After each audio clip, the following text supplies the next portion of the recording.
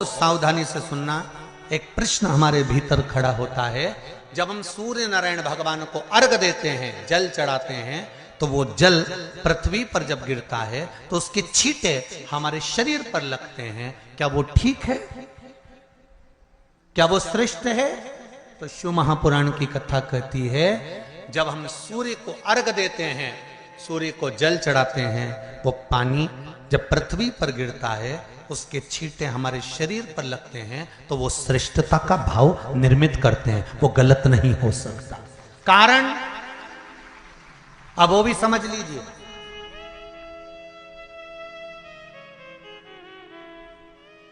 अब सूर्य नारायण भगवान को आप जल चढ़ा रहे हो तो छींटे नहीं लगे, उसके लिए क्या स्टूल पे चढ़ के चढ़ाओगे कि कुर्सी पे चढ़ के चढ़ाओगे?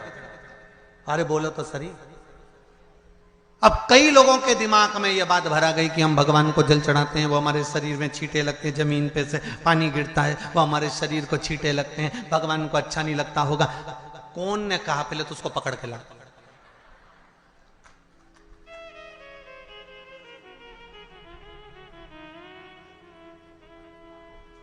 क्योंकि मेरे राम जी महाराज, मेरे भगवान कृष्ण,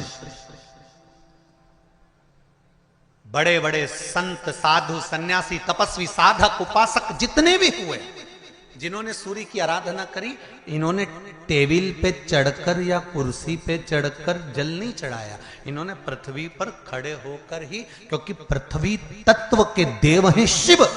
जब हम मृत्यु लोक पर खड़े होकर, पृथ्वी पर खड़े होकर भगवान शंकर का भाग पृथ्वी तत्व को धारण कर कर जल को हाथ में लेकर जब समर्पित करते हैं, और जो जल नीचे गिरता है वो शरीर पर अगर लगता है तो हमको उसका आशीर्वाद ही प्राप्त होता है, दोष नहीं लगता। पर लोगों ने इसको विपरीत कर दिया। कि कौन ने विपरीत करा? कई लोगों ने इसको विपरीत कर दिया। कौन ने विपरीत करा? तो जो दूसरे धर्म के लोग होते हैं, जिनको हिंदू धर्म से नफरत होती है और जो हिंदू धर्म की पूजन, सेवा, अर्चना को समाप्त करना चाहते हैं, वो धीरे धीरे धीरे धीरे कहने लगे कि सूर्य को जल चढ़ाओगे तो शरीर में लगेगा, शरीर में लगेगा तो दोष लगेगा। इसको कह कहकर घर घर में सूर्य को जल चढ़ाना लोगों ने बंद कर दिया कि आप जल चढ़ाएंगे तो दोष लगेगा, शरीर पे छींटा लगेगा, शरीर को ऐसा लगेगा।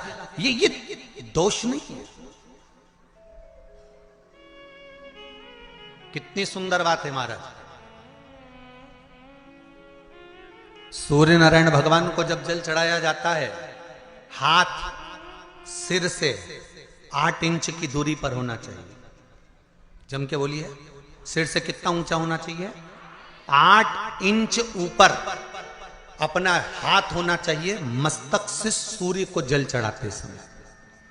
और ना चांदी का, ना स्टील का, ना लोहे का, ना प्लास्टिक का, ना कांच का, ना सोने का कोई बर्तन, ना कांसे का, ना एल्युमिनियम का,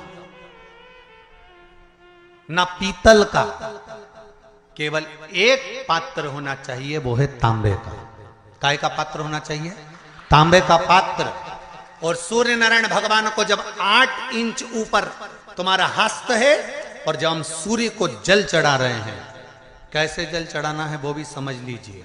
अगर कोई कैंसर का मरीज है, जिसके चेस्ट में कैंसर आ गया हो, लेफ्ट में, राइट में कहीं पर कैंसर आ गया हो, या कोई गठान आ गई हो, तो महाराज आप जल चढ़ाते समय उस जल की धार को सूर्य भगवान को जब चढ़ा रहे हो, तो धार आपकी गठान की ओर जाना चाहिए, जिससे सूर्य की किरण उस जल में से आपके उस स्थान पर पड़े, उस जगह पर पड़े जहां पर गठान है।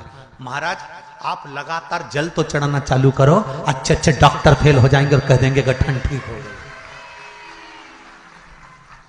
आपका लीवर और किडनी गड़बड़ कर रहा है, आप प्रतिदिन, आपका स्वास्थ्य गड़बड़ रहता है, आप प्रतिदिन ये ज्योतिष शास्त्र के अंतर्गत, रत्न शास्त्र के अंतर्गत, ये रत्न शास्त्र, ज्योतिष शास्त्र, रंग शास्त्र जो हमारे यहाँ है, रंगों के हिसाब से ये जितने रत्न होते हैं, माणिक हुआ, मोती हुआ, नीलम हुआ, मूंगा हुआ, पुखराज हुआ, ये क्यों कहते हैं ये पीला है, ये सफेद है, ये नीला है, ये लाल है, इसको शरीर में क्यों पहनाते हैं? उसका कारण होता है कि जब शरीर में पहनते हैं सूर्य की किरण उसमें पड़ती है, हमारे शरीर पर वो कलर का इफेक्ट पड़ता है, उस कलर को शरीर पर लगता है, और शरीर पर लगता है तो हमारा शरीर धीरे धीरे, हमारी जो इंद्रियां हैं वो सही होने लगती हैं, काम सही होने लगता है। तो आप कहते हो ना